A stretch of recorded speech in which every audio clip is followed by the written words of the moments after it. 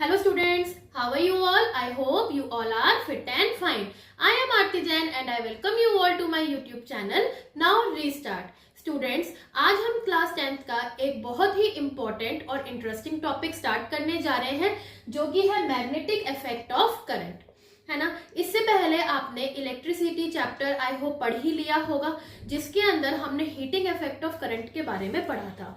हमने पढ़ा था कि हीटिंग इफेक्ट ऑफ करंट हमें किन किन अप्लायंसेस में दिखाई देता है। हीटिंग इफेक्ट हम लोगों ने पढ़ा था इलेक्ट्रिक बल्ब में, electric fuse, electric heater, electric geyser and ion में हमने पढ़ा था, है ना। जिन भी बच्चों ने वो इलेक्ट्रिसिटी चैप्टर नहीं भी करा है तो आपको डिस्क्रिप्शन में हम लिंक दे देंगे, उसके अंदर जो हीटिंग इफेक्ट वाला टॉपिक है एक बार आप उसको गो थ्रू कर लीजिएगा, ठीक है। आज के टॉपिक में हम करंट के मैग्नेटिक इफेक्ट के बारे में स्टडी करेंगे, ठीक है बच्चों। तो चलिए जल्दी से स्टार्ट करते हैं अपनी आज की जर्नी को, जिसमें हम लोग मैग्नेटिक इफेक्ट के बारे में पढ़ेंगे। करंट के एक एक्टिविटी के साथ स्टार्ट करते हैं, ठीक है। तो इस एक्टिविटी में हम लोग लेते हैं एक कॉपर वायर। क्यों कॉपर वायर? क्योंकि वो एक गुड कंडक्टर ऑफ इलेक्ट्रिसिटी है, ठीक है। तो चलिए एक सर्किट डायग्राम बनाते हैं जिसमें मैंने एक कॉपर वायर की, ये मैंने कंडक्टर वायर ले ली, ठीक है, कॉपर की, और मैंने इसको किससे कनेक्ट करवाया? एक मैंने इसको बैटरी से कनेक्ट करवाया, ये मेरी बैटरी है, ठीक है।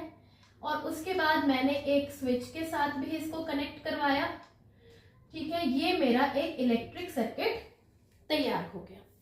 अब इसके अंदर इलेक्ट्रिक करंट फ्लो कर रहा है, ठीक है। इलेक्ट्रिक करंट के फ्लो होने की क्या डायरेक्शन होती है बच्चों? From positive terminal to negative terminal, मतलब कि इस डायरेक्शन में हमारी इलेक्ट्रिक करंट जो है वो क्या कर रहा है? फ्लो कर रहा है। ये चीज समझ में आ गई। अब मैं इसके पास में एक मैग्नेटिक कंपास रख देती हूँ। आई होप आप सब लोगों को विजिबल होगा ये मैग्नेटिक कंपास, ठीक है। अब मैंने इसके पास मैग्नेटिक कंपास रख दिया। क्या मुझे मैग्नेटिक कंपास में डिफ्लेक्शन नजर आएगी?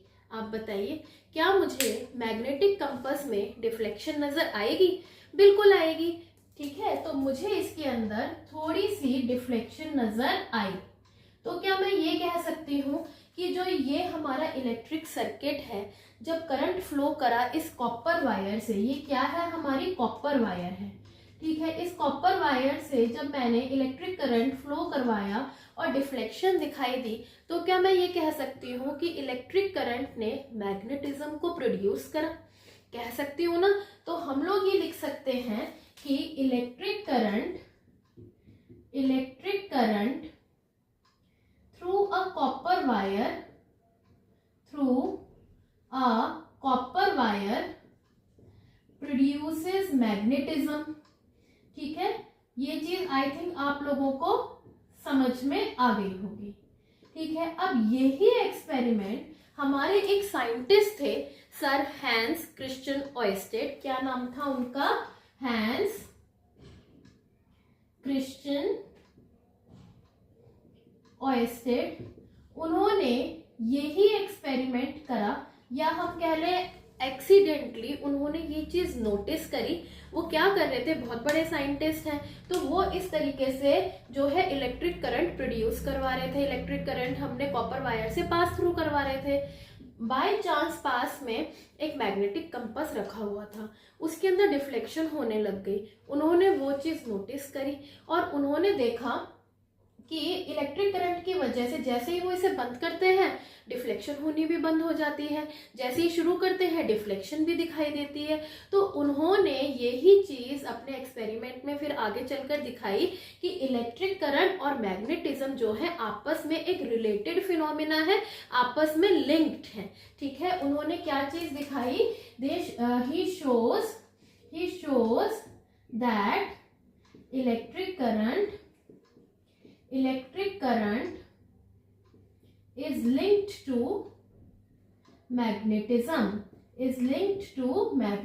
उन्होंने ये चीज दिखाई, ये चीज शो करी, ठीक है। कौन से ईयर में शो करी थी उन्होंने ये? इन 1870, ठीक है। इन 1870 में उन्होंने ये चीज शो करी। फिर इसके ऊपर काफ़ी रिसर्चेज हुई और आगे जाके ये बहुत सारी टेक्नोलॉजीज में काम आई, जैसे रेडियो, टेलीविज़न, है ना। इन सब चीज़ों में हमारा ये वाला जो फिनोमिना है, ये वाला जो लिंक है, ये जो रिलेशन है इलेक्ट्रिक करंट और मैग्नेटिज्म का, ये बहुत काम आया। ठीक है बच्चों, तो आई थिंक ये आपको समझ में आ गया।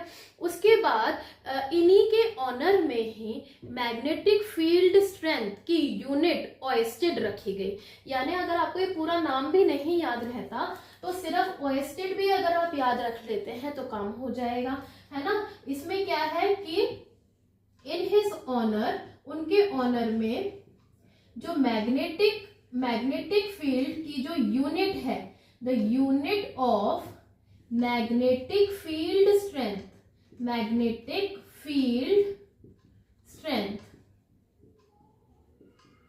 Is oersted. ठीक है, क्या रखी गई? इज ओएसटेड रखी गई। ये चीज समझ में आ गई। ठीक है, इज कॉल्ड एज ओएसटेड या इज नोन एज ओएसटेड। क्या ये चीज समझ में आ गई आपको, है ना। अच्छा, अब हम आगे बढ़ते हैं मैग्नेटिक फील्ड पे। जो यहाँ पे ये वर्ड आ रहा है ना, मैग्नेटिक फील्ड स्ट्रेंथ, यहाँ पे ये जो वर्ड आ रहा है, ये वर्ड अभी हम इसको डिटेल में आगे पढ़ेंगे। तो चलिए जल्दी से स्टार्ट करते हैं अपने अगले टॉपिक को, जो कि है मैग्नेटिक फील्ड। ये चीज समझ में आ गई, इलेक्ट्रिक करंट से मैग्नेटिज्म प्रोड्यूस हो रहा है ना। अभी तक सिर्फ हमने इतना पढ़ा। अब हम आते हैं मैग्नेटिक फील्ड क्या होता है। मैग्नेटिक फील्ड होता है बच्चों, मान लो एक बार मैग्नेट है। ठीक है, यहाँ पे मैंने एक बार मैग्नेट रखी हुई है, ये इसका नॉर्थ पोल है, ये इसका साउथ पोल है। ठीक है, अब अगर मैं यहाँ पे मैग्नेटिक कंपास रखती हूँ तो जितने एरिया तक इसका मैग्नेटिक फोर्स मैं एक्सपीरियंस कर सकती हूँ, मतलब मैग्नेटिक कंपास की डिफ्लेक्शन हमें दिखाई देती रहती है, उतना एरिया मैग्नेटिक फील्ड कहलाता है। उतना एरिया क्या कहलाता है बच्चों? मैग्नेटिक फील्ड कहलाता है। जितने एरिया तक हमें मैग्नेटिज्म का इन्फ्लुएंस रहता है। मान लो मैं यहाँ पे कंपास रखती हूँ, यहाँ पे भी डिफ्लेक्शन हो रही है, यहाँ रख रही हूँ तो यहाँ भी हो रही है, तो ये वाला एरिया भी मैग्नेटिक फील्ड हो जाएगा। ठीक है, कहीं तो एंड होगा, कहीं पे जाके डिफ्लेक्शन खत्म हो जाएगी, मतलब वो एरिया फिर आपका मैग्नेटिक फील्ड में नहीं आता। बस इतनी सी बात है। ठीक है, तो आप लोग हेडिंग डालिए मैग्नेटिक फील्ड। क्या हेडिंग डालेंगे बच्चों? Magnetic field. मैग्नेटिक फील्ड क्या होती है? The area around the magnet, the area around the magnet, the area around the magnet where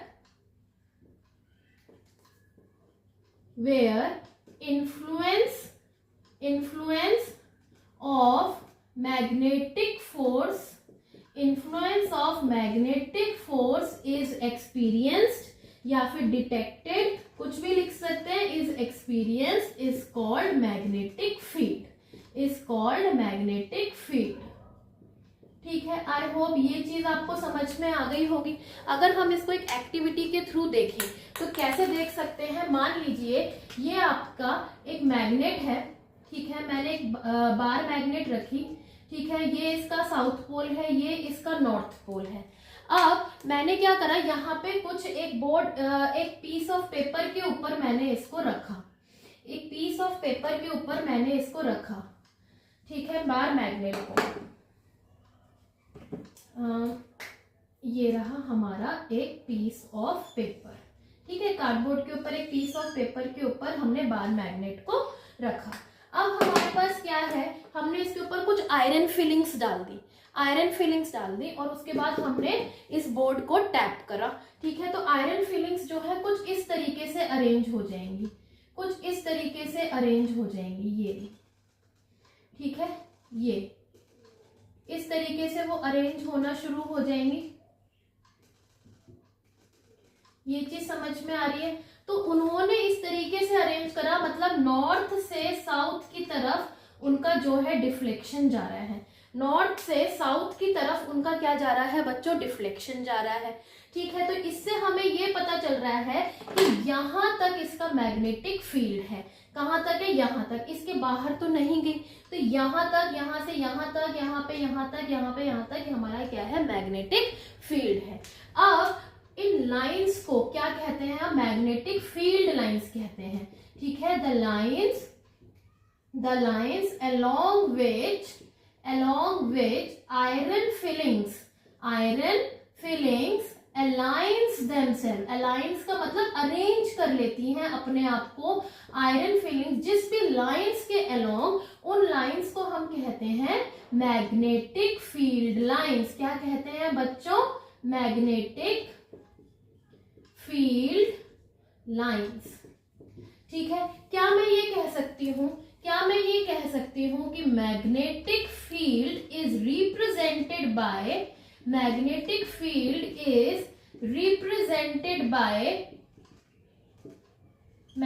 field lines, है ना। ये बात भी सही है कि मैग्नेटिक फील्ड जो है मैग्नेटिक फील्ड लाइंस के द्वारा रिप्रेजेंट हो रही, जहां तक लाइंस जा रही हैं वहीं तक मैग्नेटिक फील्ड है ना। तो फील्ड लाइंस की वजह से ही हमें पता चल रहा है यहाँ तक फील्ड है।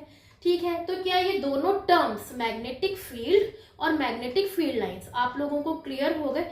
जिस एरिया तक हमें मैग्नेटिज्म का फोर्स, मैग्नेटिज्म हमें पता चलता है, हम एक्सपीरियंस कर सकते हैं मैग्नेटिक कंपास के थ्रू या आयरन फीलिंग्स के थ्रू, उस एरिया को हम लोग कहते हैं मैग्नेटिक फील्ड। और जिन लाइंस के अकॉर्डिंग, जिन लाइंस के अलोंग ये जो आयरन फीलिंग्स अरेंज हो रही है ना, इस तरीके से नॉर्थ पोल से स्टार्ट होकर साउथ पोल तक जा रही हैं, इस तरीके से अरेंज हो रही हैं, इन लाइंस को हम लोग क्या कहते हैं बच्चों, मैग्नेटिक फील्ड लाइंस कहते हैं।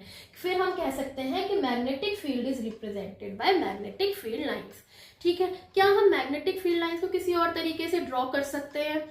बिल्कुल कर सकते हैं, बिना आयरन फीलिंग्स के भी आप लोग ड्रॉ कर सकते हो, बस आपको एक कंपास चाहिए। कैसे कर सकते हैं, चलिए आइए देखते हैं। ठीक है, कैसे कर सकते हैं? आई होप आप सब लोग अपने नोट्स अच्छे से बना रहे होंगे, क्योंकि बोर्ड अब दूर नहीं है। ठीक है, तो कैसे बना सकते हैं, देखिए मैंने इसमें भी एक शीट ऑफ पेपर लिया। ठीक है, एक, क्योंकि हमें ड्राइंग करने के लिए एक पेपर तो चाहिएगा ही। ठीक है, ये मान लीजिए ये मेरा पेपर है। ठीक है, और मैंने एक बार मैग्नेट ली। ठीक है, ये मैंने एक बार मैग्नेट ली, ये है इसका साउथ पोल और ये है इसका नॉर्थ पोल। ठीक है, अब इसके अंदर हम लोग क्या करते हैं, यहां से यहां पे मैं एक कंपास रखती हूँ। ठीक है, ये कंपास का साउथ पोल है, ये नॉर्थ पोल है, तो ये नॉर्थ पोल की तरफ डिफ्लेक्ट करेगा। मैं यहाँ डॉट बनाऊंगी, फिर दोबारा रखूंगी, फिर मैं डॉट बनाऊंगी। तो ऐसे डॉट बनाते बनाते इस तरीके की मेरे पास एक लाइन आ जाएगी। फिर दोबारा से मैं बनाऊंगी तो इस तरीके से आ जाएगा।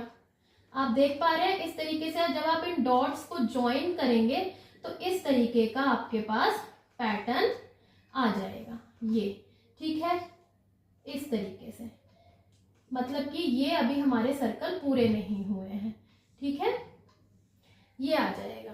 तो ये हो गए हमारे सारे क्या हैं, ये मैग्नेटिक फील्ड लाइंस। ये क्या है, हमारी magnetic field lines. I think आपका प्रैक्टिकल भी है इस चीज से रिलेटेड, इस एक्टिविटी से रिलेटेड आपका प्रैक्टिकल भी है। आप जब वो प्रैक्टिकल करेंगे तो आपको ये चीज और अच्छे से समझ में आ जाएगी।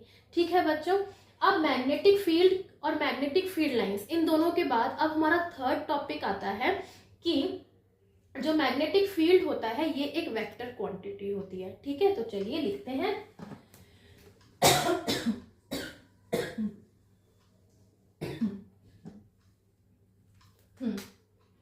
तो थर्ड पॉइंट हमारा आता है कि magnetic field is a vector quantity. Vector quantity का मतलब क्या होता है मैम? वेक्टर क्वांटिटी का मतलब होता है कि that is it has both direction as well as magnitude.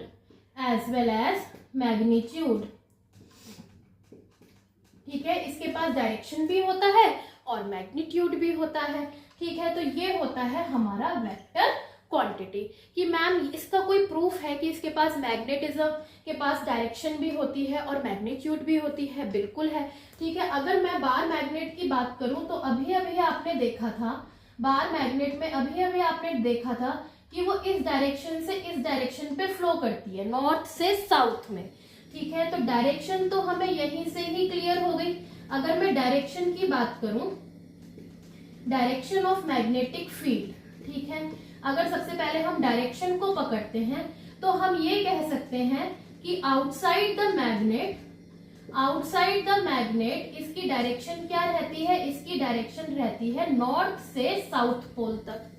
From north it emerges from north pole and ends at south pole. ये तो आउटसाइड द मैग्नेट की बात हो गई है ना, ये डायरेक्शन सबको समझ आ गई। अब हम आते हैं इनसाइड द मैग्नेट, यानी कि मैग्नेट के अंदर ये साउथ से नॉर्थ पोल की तरफ जाती है, यानी कि उल्टा डायरेक्शन है ना, साउथ से नॉर्थ पोल की तरफ, जिसकी वजह से ये एक क्लोज्ड कर्व बनाते हैं, या मैं कह दूं क्लोज्ड लूप बनाते हैं। समझ में आ गई बात? दोनों डायरेक्शंस क्लियर हो गई हैं आप लोगों को। आउटसाइड द मैग्नेट आता है तो नॉर्थ टू साउथ पोल, और अगर इनसाइड द मैग्नेट आता है तो साउथ से नॉर्थ पोल। ठीक है, तो हम इसके अंदर लिख सकते हैं कि thus the lines, field lines form a closed curve कह सकते हो, या फिर लूप वर्ड भी आ सकता है। ये चीज क्लियर हो गई। डायरेक्शन इज ओके, डायरेक्शन समझ में आ गई। अब हम आते हैं अपने मैग्नीट्यूड पे कि मैग्नीट्यूड क्या होता है, कैसे रिप्रेजेंट होता है। तो मैग्नीट्यूड को हम लोग लिख सकते हैं स्ट्रेंथ ऑफ मैग्नेटिक फील्ड। ठीक है, हम क्या लिख सकते हैं बच्चों? Strength of magnetic field. ठीक है, जो स्ट्रेंथ है मैग्नेटिक फील्ड की वो किससे रिप्रेजेंट होती है? मैग्नीट्यूड से। ठीक है, तो जितनी ज्यादा लाइंस आपस में क्लोज होंगी, जितनी ज्यादा लाइंस आपस में क्या होंगी बच्चों? क्लोज होंगी, उतने मान लो यहाँ पे ये क्लोज है और उसके बाद ये दूर जा रही है। ठीक है, तो जहां क्लोज होंगी, क्लोजनेस से हमें ये पता चलता है कि कितना ज्यादा मैग्नेटिक फील्ड है, स्ट्रॉन्गर मैग्नेटिक फील्ड। क्या मैं ये कह सकती हूँ? है ना, तो डिग्री ऑफ क्लोजनेस